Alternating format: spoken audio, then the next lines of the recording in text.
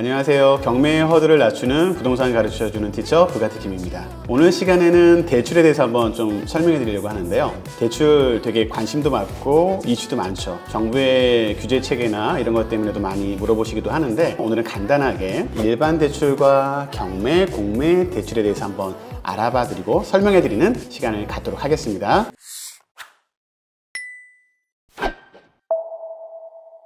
일반 매매에서는 사실 크게 어렵지는 않습니다. 당사자끼리 협의만 하면 되는 거고, 부동산 중개인이 보통은 들어가잖아요. 그래서 중개인이 협의해주는 데 따라가면 큰 문제는 없이 되는데, 경매, 공매에서는 좀 다른 게 있습니다. 우리가 낙찰을 받는다고 해도 무조건 소유가 되는 게 아니고, 제가 보지 말라고 했던 저번 유튜브 영상 기억나세요? 가격이 많이 떨어져 있는 물건, 예를 들어서 여기 근린상가 16%까지 떨어진 이런 물건을 쳐다보시려고 하는데, 제가 계속 얘기하지만 이런 물건은 쳐다보시지도 마라 라고 해요. 왜 그럴까요? 내가 낙찰받고도 그 문제를 해결할 수 없는 법적인 부분이나 돈적인 것을 다 책임져야 하는 것들, 이런 물건의 경우에는 대출도 안 나와요. 당연히 대출도 안 나오고요. 또는 잘못하면 세입자의 보증금을 고스란히 책임지고 인수해야 될 수 있다고 생각하셔야 됩니다. 인수라는 얘기는 이제 이해하시죠? 내가 책임져야 된다, 물어줘야 된다 라고 생각하시면 되는데, 그 부분을 좀 조심하셔야 되고, 그런 물건에 대해서는 지금은 패스하셔도 충분하니까요. 쉬운 것부터 같이 하시면 좋을 것 같아요. 경매와 공매에 조금 차이가 있다면, 명확한 건 경매는 인도명령 제도가 있어서 혹시라도 명도 내보내는 게 제일 어렵게 우리 생각하거든요. 그럴 경우에 법적으로도 도움을 받을 수 있는 게 조금 수월하고 빠르다면, 공매는 그 제도는 없다 정도만 이해하셔도 충분할 것 같습니다. 근데 사람 사는 과정이니까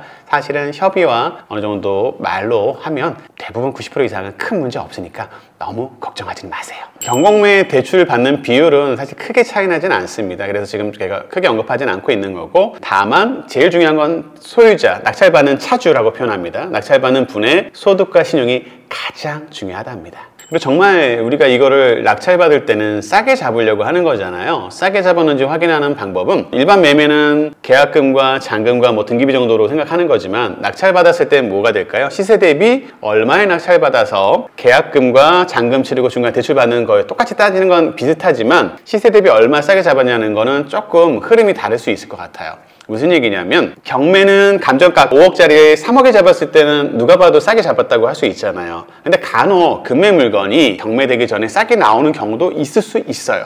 금매가 경매랑 똑같이 싸게 나온 게 있다면 어떤 걸 선택하셔야 돼요? 제가 아무리 경매를 가르쳐 드리고 있지만 저는 금매를 잡으시라고 말씀드리고 싶어요. 왜 그럴까요? 5억짜리를 3억에 사는 게 똑같다면, 경매는 3억에 잡고도 아까처럼 그 사람을 내보내는 그런 부분, 또 임장하고 이런 처리하는 과정이 필요한데, 일반 매매에서 그런 과정이 없잖아요. 그런 과정을 누가 대신해 줍니까? 보통 공인중개사분들이 대신해 주시죠. 무조건 경매가 좋다라는 얘기를 하는 게 아닙니다. 시세보다 싸게 잡을 수 있을 때 경매가 좋은 거고, 시세보다 싼 금매물이 경매와 동일하다면 그러면 그때는 금매로 하셔야 되는 거죠.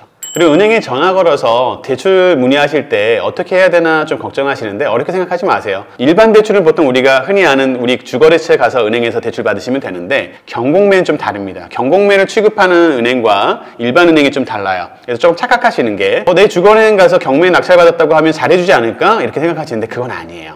일반 대출은 방금 말씀처럼 주거래은행에서 얘기를 하시게 되면 더 좋은 조건, 나랑 거래를 했기 때문에 더 좋게 될 수도 있어요. 그렇지만 경공매는 일반 은행에서 모두 다 취급하는 게 아니기 때문에 그냥 가서 물어보면 경공매를 잘 모를 수도 있다는 거죠. 경공매를 취급한 은행이 같은 은행이라도 다를 수도 있고요. 사전에 꼭 경공매를 취급하는지 잘 아는지 알아보시고 은행에 가셔야 됩니다. 당연히 내가 하는 주거은행 가서 얘기하면 잘 되겠지 했다가 터무니없는 얘기를 들으신 거예요. 대출이 50%밖에 안 나온대요. 당황해 하셨는데, 제가 다시 이 경매, 공매 전문 대출하는 쪽을 연결해서 통화해 보시면 거기서 80%, 90% 나온다고 하고 거기서 진행을 하시게 되는 거죠.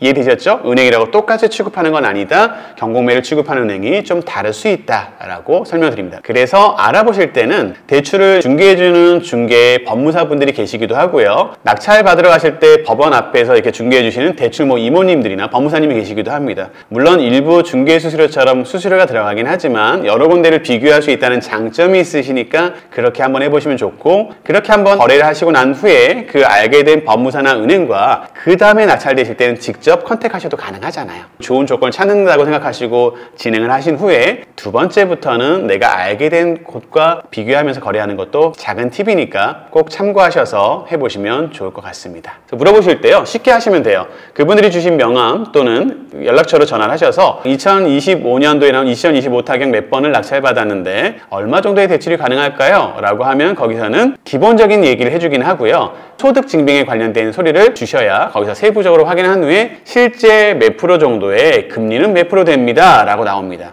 나의 소득과 신용에 따라 금리와 조건이 달라진다는 건 항상 명심하셔야 됩니다. 필요한 서류나 이런 것들은 내가 이걸 진행할 때 뭐가 필요한가요? 낙찰 받았을 때 10% 영수증과 낙찰 허가증, 잔금, 기일 이런 서류들과 기본적인 소득 증빙 서류만 있으시면 큰 문제 없이 대출을 알아볼 수 있으니까요. 차근차근 좋은 조건을 찾아서 진행하시면 될 것 같아요. 오늘 전체적으로 말씀을 드렸는데 좀 이해가 되셨나 모르겠습니다. 쉽게 말씀드리려고 노력했는데 경매, 공매라고 해서 되게 어려운 거 아니라는 거 오늘 아셨죠? 서류만 잘 준비하시고 일정만 잘 체크하시면 일반 대출 못지않게 더 좋은 조건으로 저렴하게 내 건물 마련 가능하신 거니까요. 그 부분도 명심하시면 좋을 것 같아요. 앞으로도 저희 부가티 김은 여러분한테 경매의 허들을 낮춰드리고 부동산을 가르쳐드리는 부가티 김 채널이 되도록 노력하겠습니다. 그럼 다음 시간에 또 만나 뵙겠습니다. 감사합니다.